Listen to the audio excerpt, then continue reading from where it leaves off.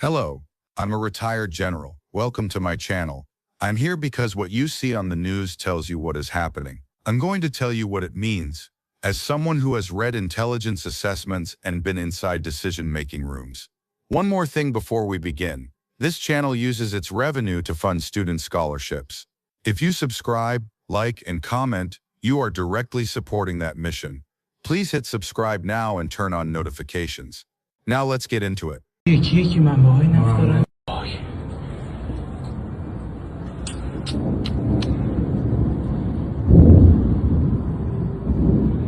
7 days ago, he stood in the streets of Tehran, looked into a camera, and sent a personal message to the President of the United States. His exact words, "Watch out for yourself, lest you be eliminated." This morning, Ali Larijani is dead. Israel killed him overnight. And here is what makes this bigger than any headline you will read today. Larijani was not just Iran's security chief. For the last 18 days, since the opening strike killed Supreme Leader Khamenei, on February 28th, Ali Larijani was the man actually running Iran. He was making the decisions. He was managing the war. He was the one who told Trump to watch out. Now he is gone. Before we go further, I am going to answer one question at the end of this video that every intelligence agency on Earth is asking right now. Who is actually in charge of Iran today? Stay with me. The answer is not what you expect. Most Western coverage calls Larijani Iran's security chief. That is technically correct and almost completely misleading about what he actually was. He was 67 years old, son of a senior Ayatollah, brother of a former head of Iran's judiciary. He did not climb into power. He was born into the center of it. He served 12 years as Speaker of Iran's parliament, the longest anyone has ever held that position. 12 years.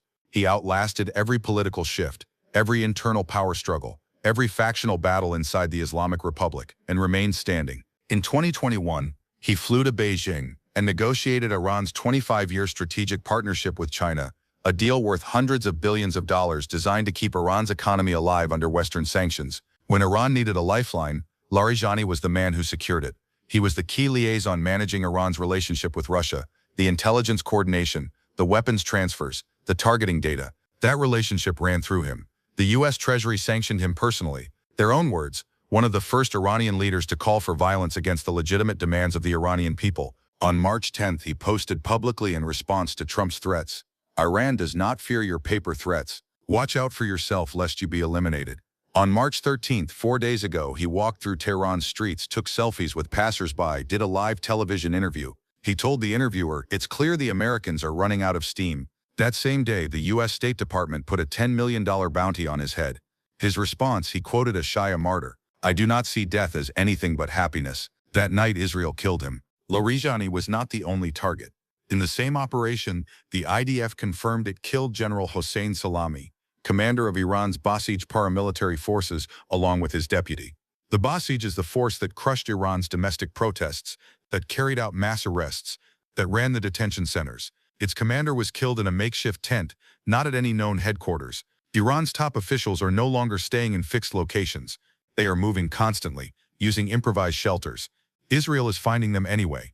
The IDF also killed the IRGC's aerospace force chief overnight. And according to an Israeli official speaking to the Jerusalem Post, the majority of the Basij senior leadership was eliminated in the same operation. One night, the man running Iran's war, the commander of Iran's internal suppression forces, his deputy, the IRGC aerospace chief, most of the Basij senior leadership.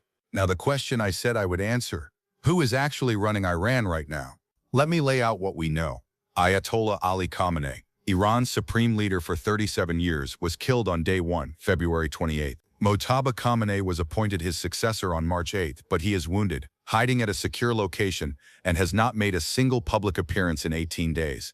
The IRGC reportedly forced his selection by threatening clerics who opposed it. Ali Larijani was filling that vacuum. The IDF's own statement called him the de facto leader of the Iranian terror regime. He was making decisions, managing alliances, appearing publicly when Iran needed a voice. Now he is gone. The Jerusalem Post identifies 3 possible remaining figures.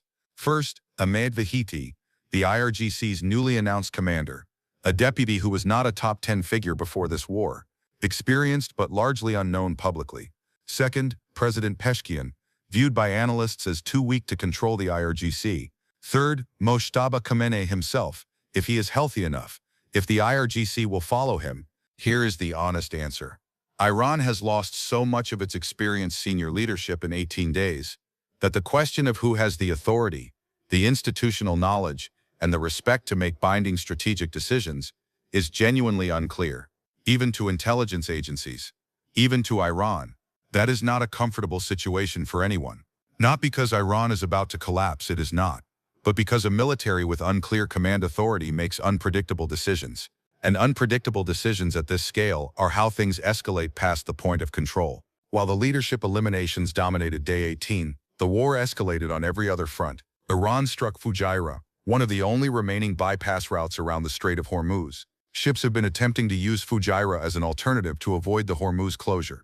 Iran hit its oil storage zone, which holds approximately 70 million barrels of refined petroleum products. They are closing the alternatives, one by one. Day 18 of the Strait closure. 0 confirmed tanker crossings in either direction. Economists are no longer debating whether a recession is coming. They are debating the severity. Trump formally called on European allies to send warships to help keep the Strait open. Every major European power said no.